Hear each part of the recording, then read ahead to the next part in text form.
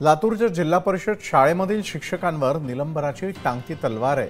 काय आहे नेमकं प्रकरण पाहूयात आणि समजावून घेऊयात आमच्या स्पेशल रिपोर्टमध्ये।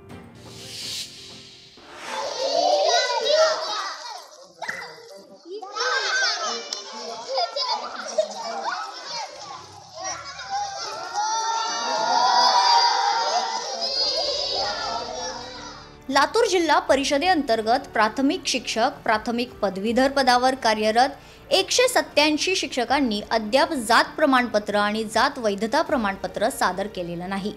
या शिक्षकांनी 20 जानेवारीपर्यंत पुरावा न दिल्यास सेवेतून कमी करण्याची कारवाई करण्यात येणार आहे। जिल्हा परिषदेच्या मुख्य कार्यकारी अधिकाऱ्यांनी कारवाई संदर्भात इशारा दिलाय। माझी प्रशासनाला विनंती आहे की या बिंदूनामालेमध्ये ज्या काही त्रुटी आहेत, ज्या अनियमितता झाल्यात, त्या संदर्भातल्या त्या दूर कराव्यात आणि शिक्षक समाजाला अभय द्यावं। निवळ लातूर जिल्ह्यातच नव्हे तर शेजारच्या बीड जिल्ह्यामध्ये सुद्धा अशा प्रकारचे शिक्षकांच्या बिंदूनामालीमध्ये अनियमितता झाल्याचं ऐकिवात आहे। शिक्षक जेव्हा नोकरीवर लागतो तेव्हाच त्याचं जात प्रमाणपत्र मेडिकल सर्टिफिकेट पाहिलं जातं।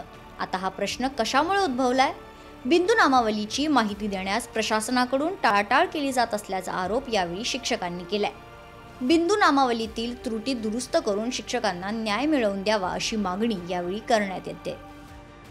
आता या पद्धतीच्या त्रुटी काढून शिक्षक समाजाला विटीस धरणं आणि त्यांना कुठेतरी प्रशासनाच्या कचाट्यात घेणं हे बरोबर होणार नाही। प्रशासनानं पुन्हा एकदा माझी विनंती आहे की ज्या काही त्रुटी झाल्यात, ज्या काही अनियमितता झाल्यात, त्याची दुरुस्ती करून शिक्षक समाजाला न्याय द्यावा।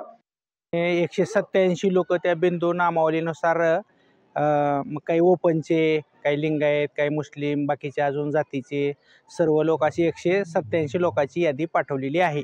त्याच्यामध्ये माझं पण नाव 12 नंबरला आहे। तर शासनाने याचा विचार करून आमचं नाव आमच्या कॅटेगरीमध्ये घालावं आणि जी झालेली चूक आहे ती दुरुस्त करून आमचा प्रश्न सॉल्व्ह करावा।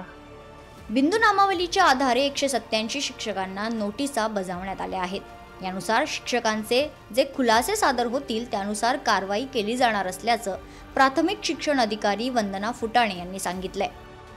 त्या अनुषंगाने 187 शिक्षक असे आढळले की ज्यांच्या कॅटेगरीवर निवड झालेली आहेत, परंतु जात वैधता त्यांनी अद्याप सादर केलेली नाहीये। अशा शिक्षकांना जिल्हा परिषद शिक्षण विभागाच्या मार्फत नोटीस देण्यात आलेल्या आहेत। त्यांच्याकडे जो खुलासा प्राप्त होईल त्या खुलाशाच्या आधारे त्यानंतर जी काही उचित कार्यवाही असेल ते माननीय मुख्य कार्यकारी अधिकारी सर यांच्या समक्ष सुनावणी ठेवण्यात येईल आणि सदरील कार्यवाही शासनाकडे पाठवण्यात येईल। लातूर जिल्हा परिषदेच्या शिक्षण विभागाच्या 2010, 2017, 2020 रोजी झालेल्या बिंदूनामावलीत त्रुटी आढळल्या नाहीत। मग 2023 रोजी झालेल्या शिक्षण विभागाच्या बिंदूनामावलीत त्रुटी कशा दिसून आल्या असा सवाल शिक्षक उपस्थित करतायत। शिक्षक गेल्या 25 ते 30 वर्षांपासून याच जिल्हा परिषदेत सेवेत कार्यरत आहेत। मग आता बिंदूनामावलीत कसे अडकले याची जिल्हा परिषदेत उलटसुलट चर्चा सुरू आहे। सचिन अंकुलगे, लोकशाही मराठी, लातूर।